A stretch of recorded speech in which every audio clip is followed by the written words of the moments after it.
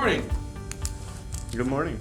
So today's class is mainly on lead conversion, but we're going to be talking about open houses, expired listings, and for sale by owners. And we're going to start off with what I wrote on the board and talk a little bit about active listening, because that's where it all starts. Now, a lot of you get leads on a text, don't you? Well, it used to be always a phone call, a sign call, an advertisement call, and you still get live phone calls. And so it's kind of hard to talk about active listening when you're texting back and forth to a client. So this is assuming you're actually having a live conversation for our purposes here. And what do you think I mean by active listening? You're actually paying attention to what's being said. That's basically it. There's actually real intense courses on this that teach it extensively, because it's actually it's an issue with me. I still to this day have a terrible habit of, while a person's talking, I'm already thinking about what my response is going to be. And while they're continuing, and when you're doing that, you're going to miss a big part of that. However, it's also very challenging, because say it's a simple sign call off a listing. You're trying to get that person's information, you're trying to capture them as a client, potentially, and so therefore you are having to think a little bit about how you're going to go about that while they're talking. And to try to combine those two things, it's challenging. But the more you listen, the more you learn, obviously, what it's going to take, whether you can help them, maybe you can't help them, maybe they're not a lead you're interested in, but you're going to really learn that by listening. And active listening is a skill that takes time to develop, and there are courses on that, and I recommend taking a course just on that. Some people, there's two kinds of people usually that get their license. They're introverts or extroverts. I'm an extrovert, so I have to learn to shut up and listen, and there's a lot of agents you have to try to get them to talk. But as you're actively listening to the lead, sometimes when you think it's a buyer lead, the more they talk, you find out it's a seller lead. And then your entire stance is going to change in how you're going to go about trying to convert that person as a client. So what is your goal anytime you get a lead, whether it's a text from an internet company, service you have, a lead provider, phone call? Conversion. To get a buyer's rep. To get a face-to-face meeting. Now, is that always possible? No, but it should be your goal, because the chances of actually converting someone into a client, if they're willing to meet you face-to-face, just went up by like 90%. And again, that's sometimes impossible. It's even harder with the people now that don't want to talk to somebody face-to-face. Are people more timid today than they used to be? Yeah, they've learned to hide behind this technology, and so that's a challenge for us. And so one of the big signs that you're making a breakthrough is actually nowadays having somebody willing to have a live conversation with you. I said that used to be not a challenge at all, but meeting somebody face-to-face was the challenge. That still is the challenge, but now you got another barrier that you have to break through a lot of that time. And so how to get that face-to-face meeting? Well, you have to give them a reason to meet with you. Now, a lot of times the way, I'm going to go back to the internet-generated leads, a lot of those are set up in a way where they'll actually practically, or some cases will actually schedule the appointment for you. And so, is that the right way to go about doing business? Now, they don't care, because if they've got 10,000 real estate agents meeting someone at a house, they're going to get their referral fees or however they're getting paid. That is not the right way to do business. However, sometimes you are going to be forced to do that. And then your challenge is, your goal is, you're meeting somebody at a house, you're basically an order taker. You're there to open up a door for somebody. Sometimes you have no rapport with these people. So you have this showing where most of the time, do people usually buy the house they call on an ad right away? It's often not. So your goal then is just try to convert them into a client if they're a ready, willing, able buyer and not a looky-loo. So it's not the best way. I taught the buyer's class. I would like those people to sit down and meet me in person. But in that case, they've kind of taken that ability away from you, because this internet company has undermined the correct way to go about doing business. And so we just have to kind of navigate around those things. So I also wrote up here red light and green light, and that goes back to the active listening. So what I mean by red light, green light is, as you're listening to them, The red light is them talking. And the green light is the opportunity to interject. And again, if you want to lose a client really fast, start talking over them as they're explaining to you what you need. Again, this is a defect of mine. Had to work on it for years. Sometimes I get the more business I'm doing, I get more polished. If I haven't been doing business, this old bad habit does tend to come back again. And that's because when a buyer starts talking to me, as many years as I've been doing this, 10 bells might go off right away, and 10 different ideas pop into my head that I want to explain to them at once. And that gets in the way of me listening more and more to what they have to say. So these are the kind of challenges. But you have to give them a reason to want to meet with you. Now, if you're talking to a buyer lead who turns out to be an actual seller lead, then obviously that makes it easier as far as what your goal should be. Because your goal immediately goes, you start out thinking this is a buyer looking for homes, but now they have a house to sell, so now your goal is to get a listing appointment. And so a great way to put that, when you are meeting a person like that over the phone, and say, hey, look, you have a challenge now you've mentioned to me, and that is that you have a home to sell and you have a home to purchase. So your goal, obviously, is you want to get the best deal as possible on the home you're looking for, and you want to get top dollar for your house. And in order to coordinate that, you definitely have to have the right strategy. So I really think the best, most productive thing, instead of just talking about houses right now, would be to sit down and make sure that you have that right strategy. Now, sometimes you're talking to somebody who is knowledgeable, or at least thinks they're very knowledgeable on real estate. And they may just reject that. Well, we know what we're doing. And they usually don't. They don't have the skill level that we do as far as navigating all these things, or the knowledge.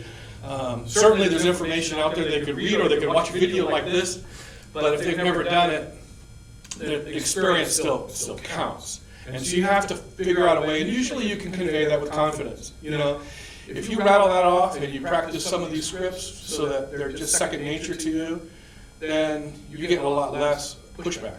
If you sound a little bit hesitant when you're talking, like you're not sure of yourself when you're giving them these ideas, then there's a very good chance that they're already rejecting you mentally or right up front. So the red light, green light concept is going to apply to other things. So that's why I want to talk a little bit about lead conversion before we talk about open houses. So open houses. If you're a new agent, there's absolutely no reason why you shouldn't be doing them at every opportunity. And of course, you don't probably have a lot of your own listings. It's the few times, one of the very few times, that we're in a retail business where the customers come to us. And even if you don't convert a lot of these early people that you meet into leads, every single person you talk to that walks into that open house helps you improve your craft. So again, there's no reason. There was actually somebody that came to one of my trainings, and he had just spent a fortune on some real estate course where each week a different broker would come and speak on a different subject. So one of those brokers teaching that class was telling agents, don't bother doing open houses, they're a waste of time. And it was a really ridiculous statement. Of course, if you're already a millionaire and you're an old retired real estate broker, I guess you could say anything, but the point was, I couldn't believe that somebody was paying money to hear this, because it's the exact opposite of what any new agent should be hearing. I did open houses for the first 5 years in this business, 3 weekends a month, Saturday and Sunday. So I literally talked to thousands, maybe 10,000 people during that time. And they didn't all become clients, they didn't all become leads. It's a very small fraction of those that did. However, that was very important business that if I didn't have it, I might not have lasted my first 5 years. And every single person that came through helped me hone my sales skills. And that's what would happen with you. A person comes in, you get a chance to talk to them. It's the retail time in the business where the clients are actually coming to you, and they're already, even if they're a looky-loo, they're there to talk about real estate. So the more you talk to people like that, the more polished you're going to become. And open houses are a great way to do that. Now, if you have 10A buyers that you need to be showing property to on the weekend that are ready to buy now, on those weekends you probably shouldn't be doing an open house. But most of us don't have that conundrum. And just recently I did an open house and hadn't done any in a while, and I was there for less than 10 minutes, and somebody walked in that needed to sell a house and buy a house, and it was $1.5 million in business. And I thought to myself, why am I not doing this every weekend?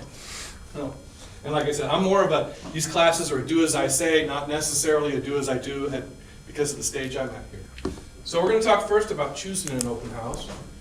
And obviously, your first choice is going to be your own listings. If you have listings, there's several goals you're accomplishing. For one, that's one of the few times that your seller sees you working.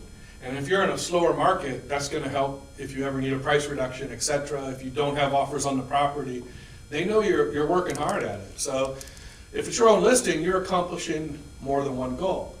But most of the time, for a new agent, you're there to try to get buyers, right? So first off, you want to pick a property that's in an area you actually want buyers for. Don't be influenced by an agent in the office that's just trying to get people to do open houses for them. Usually it's a problem listing, the seller's bothering them, it's not sold, and they'll tell you, hey, look, this house is way up here in the sticks, but hey, you could get some good buyers from it. You just never know. Well, this is one of the few times you get to actually pick your commute. And so if you go to an open house and you pick up 2-3 quality buyers, you want them to be in an area you actually want to work, because you're going to have to drive to that area repeatedly. So you don't want it to be 150 miles away. 2, you want to pick a house that's geographically accessible, that when you put signs out, it's easy to find. Now, if it's your own listing, you may be forced to do, the property could be anywhere. That's your issue as a listing agent. But as a buyer's agent or a newer agent, I hate to use the term buyer's agent, looking to pick up clients, location is really important, and you want one that's easy for people to navigate to. Now, nowadays, doesn't just about everybody use GPS? Well, that's an important thing to focus on, because if a client used a GPS to get to the open house, that means that they were already highly interested in the house. So a lot of times at the open house, that's one of your first questions. It's like, oh, so how'd you find out about it? If it's just the signs, then they could be just a looky-loo, or they could be in the neighborhood, or they might be somebody that's just curious because they're thinking about selling their house in the future. But if they tell you, oh yeah, we picked it up on the internet, well, that's telling you they might be pretty serious, because they've probably looked at the pictures of the house already, and they still made a decision to roll out to the property. So that's an acknowledgement that you're going to make in your head as a prospect comes into the house. So you're going to want to have plenty of signs, and you're going to want to make it easy for those people that see the first sign to make it there to the property. So you want to have, signs and arrows for every corner. I mentioned in one of the earlier classes that one of the first investments you should make is your own real estate signs with your name large. If you have to put a bunch of these signs out to get to the house, especially if it's a geographical area you plan to work in the future, why not have your billboards on every corner and people seeing your name in big letters? So you're going to want to have those signs and make it as easy as possible for those people to navigate. Because what might they do? They might give up if you don't have enough signs. They might turn around, well, heck, I don't know which way this house is going. So you have to think about that carefully, and you should map it out ahead of time and have it planned on which corners it's going to be necessary to have a sign on that property, and be prepared for that. Now, the house that you choose. Now, if you're going through the office's inventory, you need to ask a listing agent for permission, obviously, and help get that set up. Obviously, you want to choose a house that shows well. It's nice because if you're trying to close people, the impression of the house, because again, a lot of times people will say these things don't matter. Well, I'm just there to get clients, so the house should, well, the house does matter, because that's going to help you leave an impression with the clients. Now, it's not as important as number 2. I'd be happy to hold a fixer-upper property that needs a lot of work if it was priced correctly, because fixer-uppers actually get a lot of attention. So price is more important than condition of the house. And I know there would be a lot of arguments with a lot of people about that, but that's just my personal experience. I did a lot of foreclosures and short sales, and if you advertise with the word foreclosure and an advertisement for an open house, you'd have people lined up to see that house when you showed up to open the front door.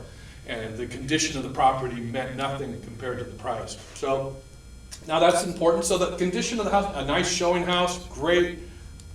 Price right, great. Now some people will tell you, well, you're not really there to sell the house, you're just there to pick up clients. But if it's your listing, You're not going to certainly tell your seller you're not really there to sell the house. Is that correct, right? Now, can you sell a house at an open house? Mm-hmm. Absolutely. That's another thing, going back to that broker that was telling people not to do it. Look at these national builders. They build homes all over the country. They're sitting in a boardroom. They're analyzing how their homes sell, how they don't sell. And when they analyze that, what do they all seem to come to the same conclusion? They build a model home and they stick agents in there to do open houses. So obviously, they've learned something over the years. So these things work. So one little minor note, and that's to give people this advice. Talk to the seller ahead of time if it's your client. If not, the listing agent should do this. Have them pick up any valuables that are small, that are easy to throw in somebody's pocket. Also, any prescription drugs. There's been cases of people going to open houses. They ask to use the restroom, and then they go through the medicine cabinet while they're in there. In all my years of doing this, I had one instance of something getting stolen from a house, and it was a real bad situation. It only happened once out of literally hundreds and hundreds of open houses, but it can happen, so that's just a common sense thing, is to, you don't leave the Rolex watch, sitting on the coffee table. Anyway, so here's another thing you should do that is important, and that's study all the surrounding inventory of your open house. Okay? So client walks in, you learn very quickly by their reaction or by what they say directly that they're looking for a different type of house. If there's a house that might fit their needs nearby and you immediately can start explaining it to them, that's a great way to convert that lead into a client. So study all the actives and the solds and know the properties down the street, and they might know them. They may have already been looking in that neighborhood. They may be familiar with the other houses. So just the fact that they see that you're knowledgeable about the inventory is going to help you convert that lead. Refreshments. Do you want to bake a bunch of cookies before your open house? Bring those with you? I'm not a fan. Some people, that's what they do. I don't have an opinion on this whatsoever. The only time I did it was on a brand new development. I did a little wine and cheese party years ago. It was a success, but I'm usually too busy to worry about putting stuff out. Other people, that's what they like to do. Great. Another thing that's very important is to never have the seller present. Ever. I can't possibly express how important this is. You absolutely cannot do your job properly if you have a seller sitting there overhearing every word. Now, another thing is now we have electronic devices that I would ask a seller, for privacy, that while I'm doing my job, I'd appreciate it if you're not taping me. They may feel they have a right to, it's their house, etc. Fine. If you're doing an open house for another agent, and you show up, and the seller's saying, I'm just going to stay here and watch the football game while you're here, I would leave. I would do it very diplomatically. I'd be very polite about it, but I would not sit there for 3 hours, not just because it's inconvenient.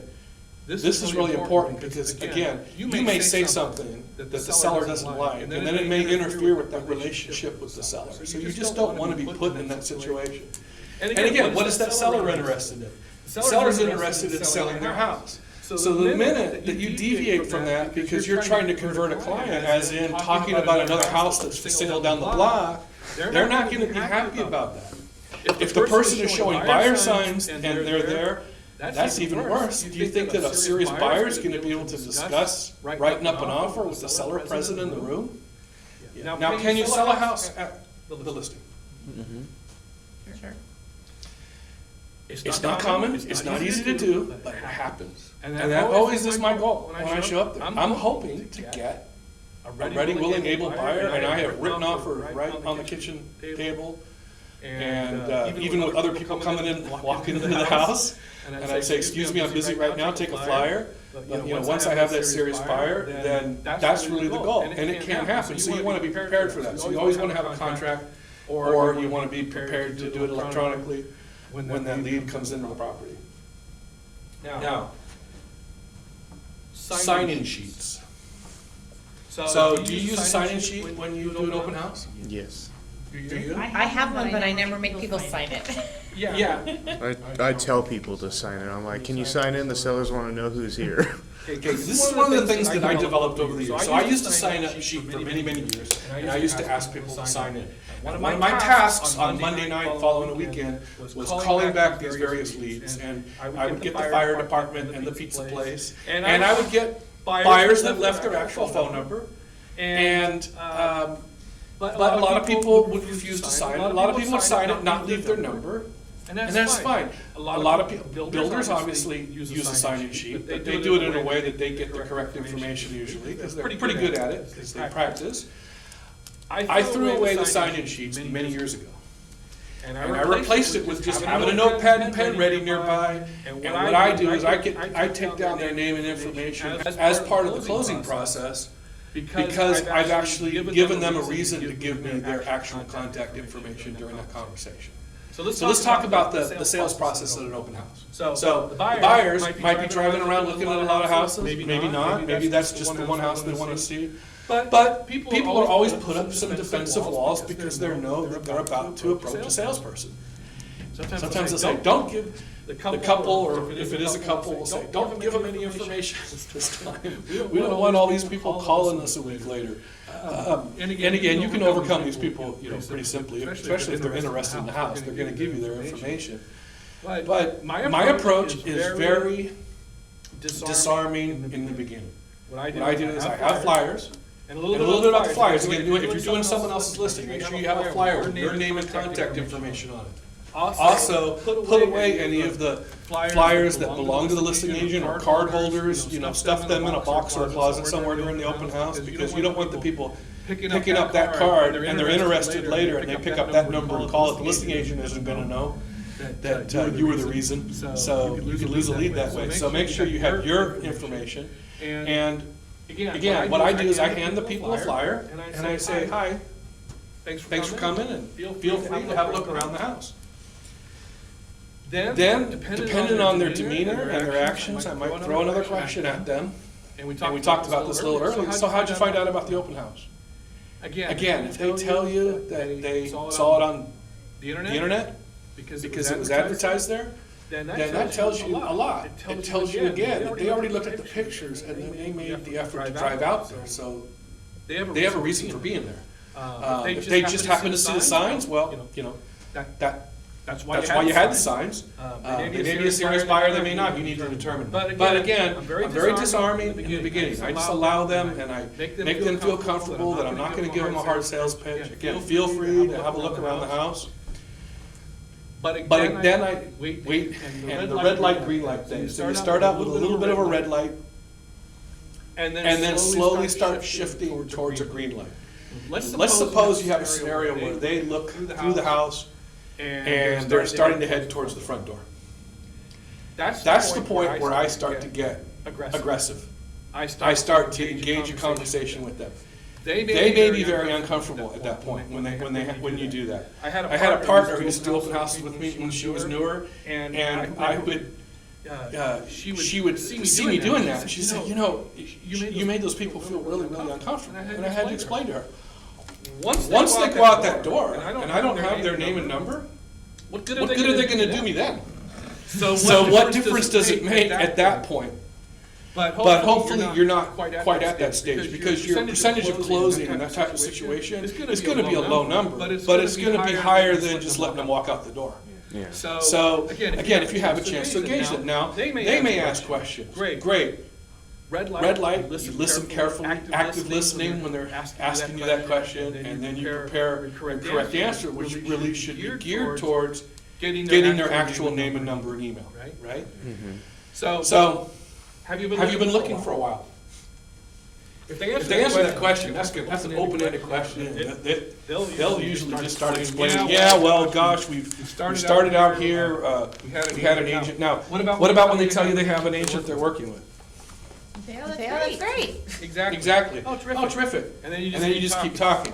Do they always have an agent? Are they already actually signed up with that agent? Do they have a buyer rep signed with that agent? Well, you don't know at that point. Once they tell you they have a buyer rep signed with a real estate agent, then you can't interfere in another agent's agency. So And there's another point I didn't make earlier. If you're holding an open house, something you have to be cognizant of if it's your office listing, Who are you who are you representing? That's at that time the sellers. Even with these buyer leads coming in, you're representing the seller, even if it's not your listing. If it's your company's listing under agency, you're representing that seller. So you have duty and obligations. You have to be very careful about what you're saying to these buyers there. Now, as soon as they say that they're not interested in that particular house, well, you're just trying to find out what they're looking for. So another back to the question. So when you asked them, how long have you been looking?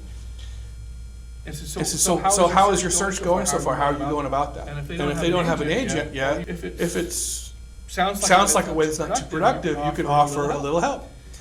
One of the things that I said, don't you hate it when you contact all these internet sites and then you get repeated phone calls that you weren't expecting from agents because they have your information? Well, I could actually avoid that. I can give you a link that will give you access where you can program your searches in. No one will bother you. If you happen to see a house you are interested in, you can call me, and this can save you a lot of time and energy. Now, if they agree to that, the next step is then you start asking them the questions that you would in any buyer meeting. So tell me what you're looking for. How many bedrooms? How many baths? I had a friend who was in the past just absolutely terrific at this open houses years ago, and he was so successful. I went and did an open house with him just to see how he worked. Now me, I'm kind of loud, kind of proud. I have trouble knowing when I should lower my voice, but he does not have this problem at all. In fact, he was just very good at almost whispering. And he used to do it with just such grace. I just would just admire him. And I've tried practicing it, and I'm not him, but it's a different sales technique. And if he saw the people were even slightly interested in talking to him, he would purposely keep lowering his voice. And he would literally have those buyers and sellers like getting closer and closer to listen to how and as soon as he'd get them into that motion, he'd almost assuredly have a client. He'd say, yeah, I know this house is. And then he was really good if there was more than one person in the house. He'd have the other people really wondering what they were talking about, especially if they were interested in his listing. And he made talking them, and again, he would know the inventory, he would know the things that I'm teaching in this class, so he could immediately say, yeah, I know this is a 3-bedroom and you need a 4th, so there's I know for a fact that there's a really nice house that's going to be on the market in a couple weeks. And he would have the information, and he'd be armed with the information, and the approach was very simple and very successful. So let me ask you this. If you're at an open house and you see a couple come in and you notice that as they're going through the house, they're starting to pick up their pace and they're starting to walk a little bit faster, move a little bit faster, do you think that's a good sign or a bad sign? A bad sign. They just want to leave. Yeah, they're not interested. Possibly, but I think normally it's a good sign. Why? It's because it might be a sign of excitement. They may have been out, they weren't expecting the house to be what they're looking for, and if you see them suddenly start picking up their space and looking at each other, then there's a very good sign that might be a selling point. But there's many other ones, and many other ones don't need to be explained. Your instincts will tell you that someone's interested. And so you're going to try to determine, are the people actually interested in the house you're in? So is your approach going to be to try to sell that particular house? Or is it going to be just to get the name and number? Either way, you're going to want to get their name and number before they leave the door. So you're looking for other types of ins. And again, so as they're going through, you ask lead-in questions. And I already presented you with a few of those, but some of them are kind of obvious. And some people will just open right up to you. And so then it's a case of active listening is important, and then knowing when you have a green light then to kind of go in for the kill. Now, verbal versus nonverbal, those are two different things. If it's a nonverbal, obviously it's by your instincts, and your instincts can be very wrong. You may see what you think's a buying sign, and they may correct you. But if they're serious about the house, they're going to start asking questions themselves. They're going to want to know how old the roof is. They're going to want to know how old the air conditioner is. If they're asking those kinds of questions, then they're not asking that on a house they're not interested in. So, usually they will tip their hat. Really let them lead if they have a question about something. Because if people buy houses on an emotional response, like I said, they may have realized even before they came through the front door, something might have tipped them off that this is not the house for them, but they went through the trouble, they're going to go see it anyway. So your determination is this a person a lead for this house, or is it just a lead? And so that's when you make the transition of trying to just convert them into a client versus trying to sell the house. Now, when you're there and it's your own listing, obviously your first goal is to make that seller happy, and you're trying to get your own listing sold. So, yes, you might overcome some objections lightly, but again, you're trying to determine if they're a real buyer or not. And if you're having to overcome too many objections, they're not buying that house.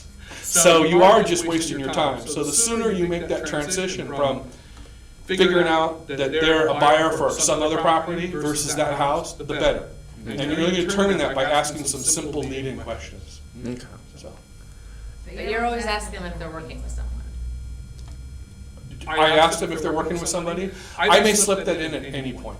Okay. I mean, some agents do that immediately. Are you working? I think it's not a good way to start off right off the bat. So that's if they're asking you questions about the property, at some point I will slip that in to determine if they're working. Am I wasting my time right now? Because another buyer might walk in, and I'm not going to just dismiss them because they have another agent, but I am going to smoothly shift over to the next person once I realize that person is not leading me to a paycheck. So. And like you said, just because they're working with someone doesn't maybe mean they had an actual Absolutely buyer's not. rep. A lot of times they will tell you right off the bat, oh yeah, we're working with an agent. What that actually means, you have no idea at that point. A lot of times that's just a defensive mechanism. And then you'll find out if they are actually interested in the house or they are interested in some of the things you have to say about other properties in the neighborhood. You start to build rapport, and then at some point that other agent that supposedly is there will just disappear, and like they never existed. Or you ask them again, oh, but you're working with another agent. Well, they showed us a house a couple months ago, and It's my cousin, it's some random person. but at that point you might have already made the transition where they're willing to work with you instead. So I know, like, you bring like a comps of the area around to the house, and you're not big on refreshments. Do you bring up anything else? Because I know some people bring like scented candles, variety of stuff like that. Is there any like box of stuff that you like to bring those, or is it just as minimal as possible usually? I do very little myself, but I'm not against those things. Again, if that's part of your character, part of your personality, it may fit really well and it may help.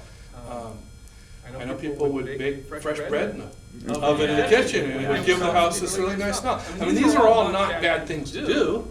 I just was a top producing agent. Usually I had 4 hours to do an open house, was hoping to pick up a few clients, then I was probably going to a listing appointment that evening. I mean, maybe I was showing property or had a listing appointment that Saturday prior to the open house. I just didn't have time to go pick up cookies and coffee. Yeah. And so, and if they're interested in the house, whether you had cookies or not, it's not gonna change the game whatsoever. Again, I have a very soft approach when they first come in. I want to disarm them, okay? And I do that simply by I don't have a sign-in sheet. I just hand them a flyer with a business card, and I just simply say, feel free to look around the home and let me know if you have any questions.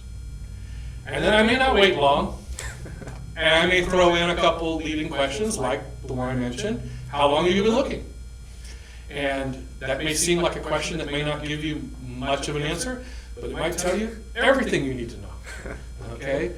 They may say, look, we live in the neighborhood. Well, if they tell you that, then they may be just comparing their house to theirs. They may be preparing to sell a month from now, a year from now, so they may be a seller lead. And so, again, your next question is, so if you had anybody give you an opinion on the value of your house? That may be your next question.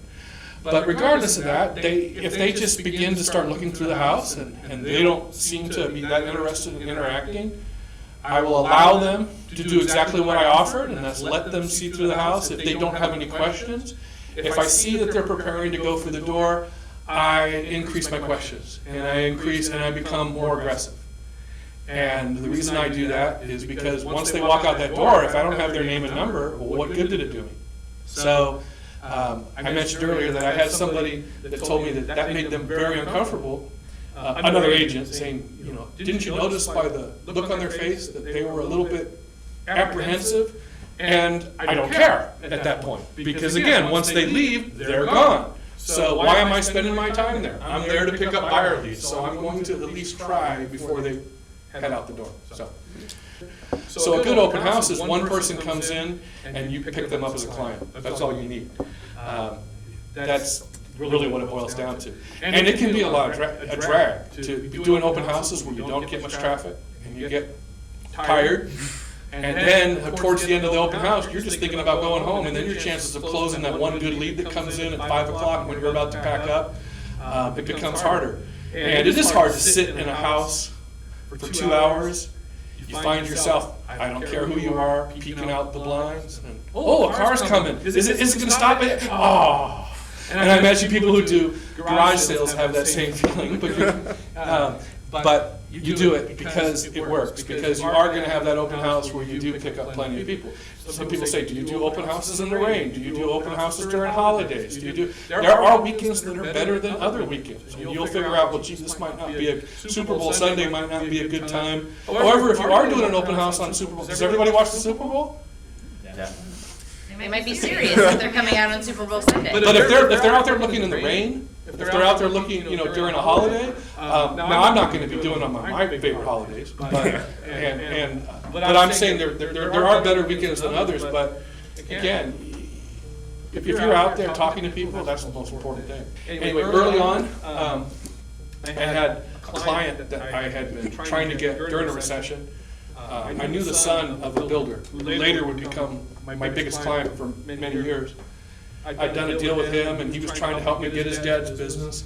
And his dad was a real tough cookie, but we were in a recession, and he had a house that had gone through 2 listing agents already that had just expired, and he calls me up one day and says, I'm going to give you a shot. And so I get my first listing with this builder. And one of the things I promised during the signing of the paperwork was I was going to do these big elaborate open houses with lots of signs and balloons, etc. And in those days you advertised them in the newspaper. Today that's one of the big gifts of the internet is you just put in the MLS that you're doing an open house and it metastasizes to all the other internet sites. So that replaced the money you used to have to spend on newspaper ads, which were very pricey. But anyway, so I have this open house all lined up, and it was for a Sunday. And that Friday, some friends of mine called me up and said, hey, you want to go to Lake Tahoe? I was like, well, yeah, sure, but I have to be back on Sunday because I have this open house on this new listing. I have to do it. And they said, oh, we'll be back way before that. And so we brought fishing poles to fish during the day. And so we drive up to Tahoe, and we play in the casino all night till the sun comes up. And then we go out fishing, and we fish all day. And then Saturday night rolls around and we go back in the casino, and we're just getting later and later and later. And I'm like, hey, I got to get back. So I get back to the Bay Area at 5 in the morning. And then I realize if I were to go to sleep, I'm going to sleep through this open house. So I have to drink coffee and stay up. And so this particular house was way up in the hills, and I needed about 10 real estate signs because of all the winding streets. So I get all these signs put out, get set up. There was no staging furniture in this house. So after I get set up, I calmly sit down on the floor in the living room and I fall asleep. And I'm really glad that the builder didn't show up, but I snap out of it a short time later, and I get up and I look on the kitchen counter, and there's a real estate card on the counter. Somebody showed the house while I was snoring against the wall, right? So did you ever give him a call? I go to a board meeting, back then we had real estate board meetings that we used to attend before we would do tour, and I catch this lady all the way across the room who I first think's flirting with me, but no, actually she's making fun of me going, and she's still in the business too, and she's never let me live that down, and I don't blame her. But it worked out, a happy ending. I ended up selling that house, not that day.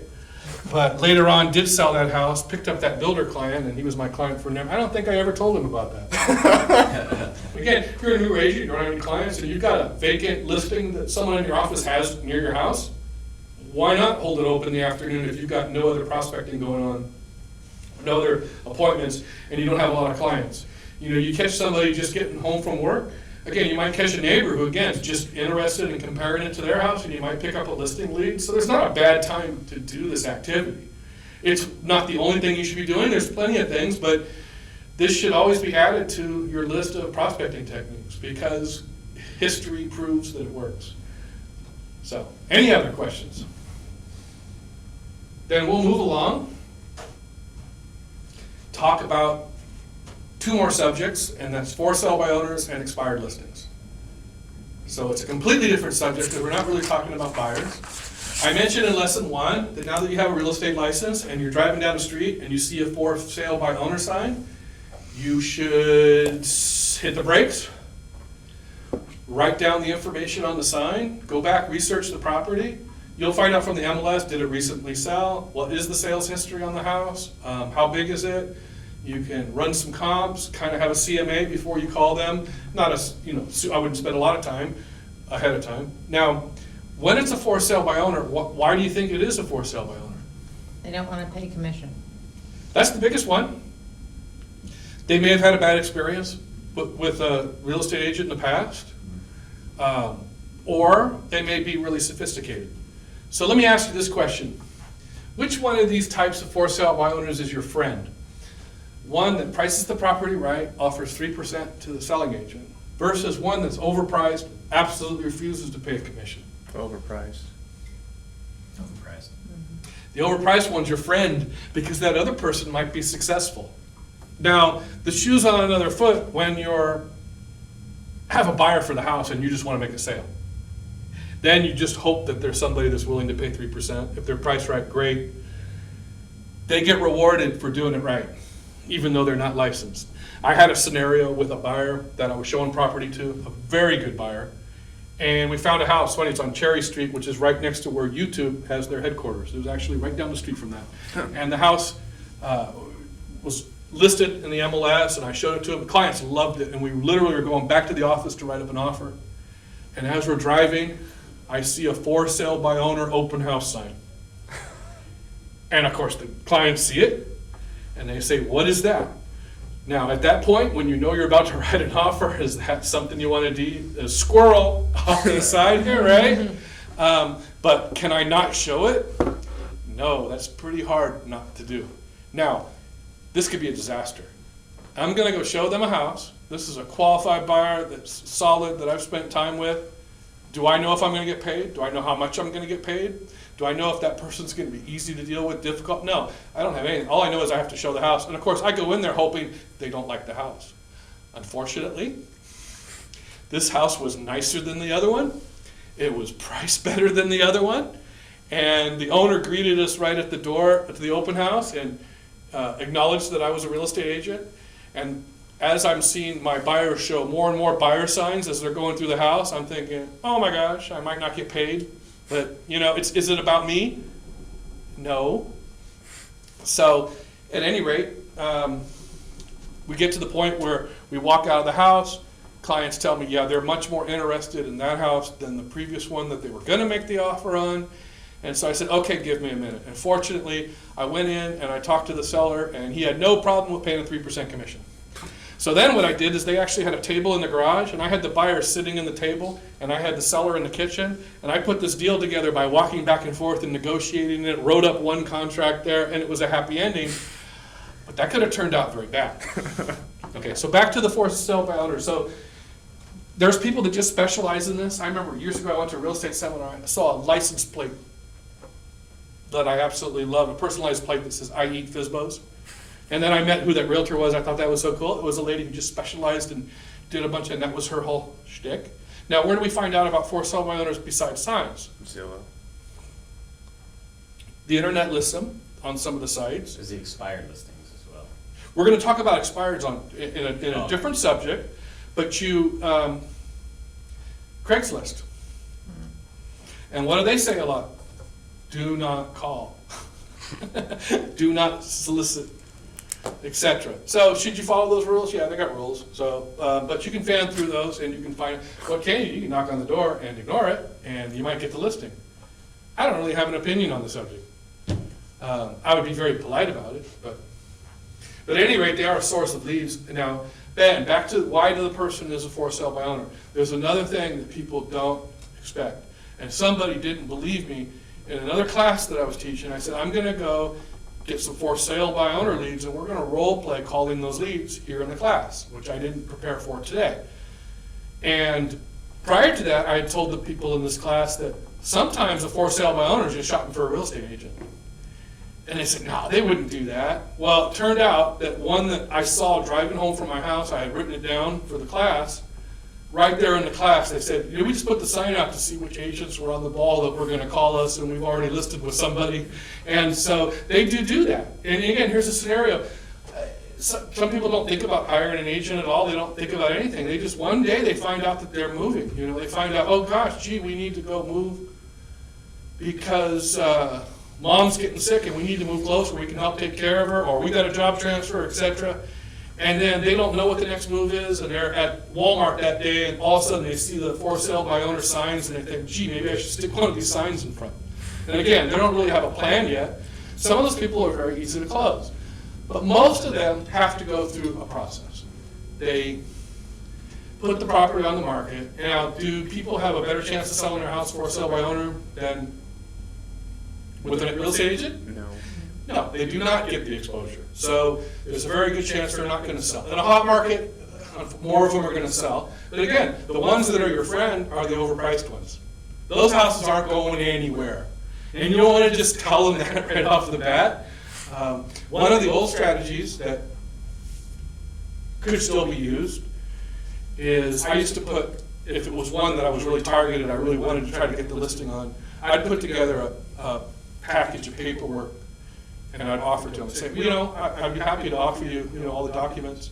If you do decide to pick an agent, I hope you choose me, but if not, here's what you need. And in some places, not ours unfortunately, a listing package is a big, giant, thick pile of documents. And they would take one look at that and then realize they needed a real estate agent. Here, we don't have quite as much, but it still can be effective. It's still more paperwork than somebody wants to fill out who's never filled it out before. So a pre-sales package, giving them the documents they need, that's one step. And again, that might be one step that other agents who are contacting them didn't give them, right?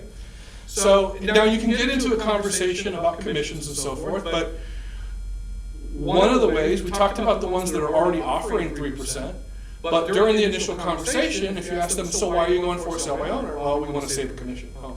If I were to have a good qualified buyer who gave you a good offer, would you be willing to pay 3%? Now, anybody who's super educated on basic business would always say yes to that question. Because why would you turn down an offer you haven't seen yet?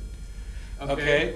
If the person just has a negativity about paying somebody, it's going to be somebody that's going to be very difficult, because most people will say yes. And then what have you done? You've cut their objection in half by 50%, you only have 3% to go. So, there's that. Now, expired listings. What do you already know about the property? Or there's something wrong with it, like it's distressed or something. Correct. I mean, 90% of the time, maybe 98% of the time, it's price.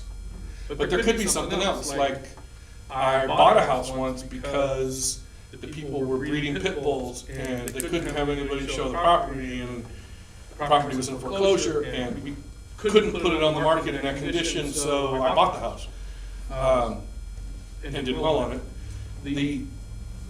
There are conditions, tenant-occupied properties where a tenant does a lot of things to sabotage the sale. Now, in a really super hot market, a house like that might still sell. But in normal markets, if there's other houses out there, so there's other reasons why something might have expired, but most of the time it's price.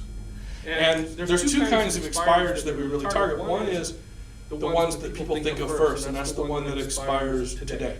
You go in the MLS, there's a list of expired listings, so you see what expired that day. But we've had increases in prices now for 10 years straight in this area. So another expired to go research is the stuff that's 5, 6, 7, 8 years old. A lot of those people aren't, for whatever reason, people don't live, drink, eat real estate like we do. So it's not, they tried to sell their house in a particular time, they gave up on it, they didn't get the price they wanted. Now the house is worth a lot more, they might be more motivated to sell that property today. So you can go back and research old expireds. Now, like any kind of prospecting, showing up in person is a lot stronger than mail out. There are agents that mail out every expired listing out there. And does that passive marketing work? It does. It does, because That's why people continue to do it, because if you send out enough of those, you're gonna get a phone call. And if you're getting a phone call, they're calling you, a little bit easier close. So it's not a bad thing. You can do both. Showing up to an expired listing in person is a lot stronger. And then you can have a conversation with them directly. There's many scripts out there. You can, and one of them that in the old days that's been going around for a long time was, "Hi, I specialize in homes that didn't sell that should have sold." Now again, you're not going to tell them right away, your house didn't sell because you were asking a ridiculous amount of money for it. Okay, what is wrong with you? Not going to work, right? Now, but you know that you're probably, every expired listing for the most part, you're going to have to overcome the price issue, because that's usually the other reason. The other realtor was not strong enough. So you have to find out what their motivation was. If their motivation is just, I need to get this much, and if I don't, fine. And if it's an amount that's not going to happen for them, then walk away from it. You don't, again, we talked before about, it's your business decision whether you're going to take an overpriced listing or not. Most of the time, my answer is going to be no. I don't want to be bothered with it. So hopefully you're a stronger agent than the other agents that failed, and you could convince them how pricing it correctly is going to actually net them more money, which is the truth. Especially like back in spring. Anytime. I mean, pricing it correct, overpricing it, they're going to lose money. You lose exposure, you lose money. So convincing a client that, pricing it correctly. Now, if it's a for sale by owner client, you're telling them the right price, they'll just turn around and go, "Oh, really? That's true. Then I'll just lower my price to that." Fine, let them do it, let them sell it. There's going to be another one around the corner. So giving some people good real estate advice is not necessarily a bad thing. Well, that's it for today's class. There's no way I could cover again. I've mentioned before every potential scenario you're going to have in an open house or trying to close a for sale by owner expired lead. But if you have any questions, feel free to message me and I'll do the best I can. And we will see you in the next class.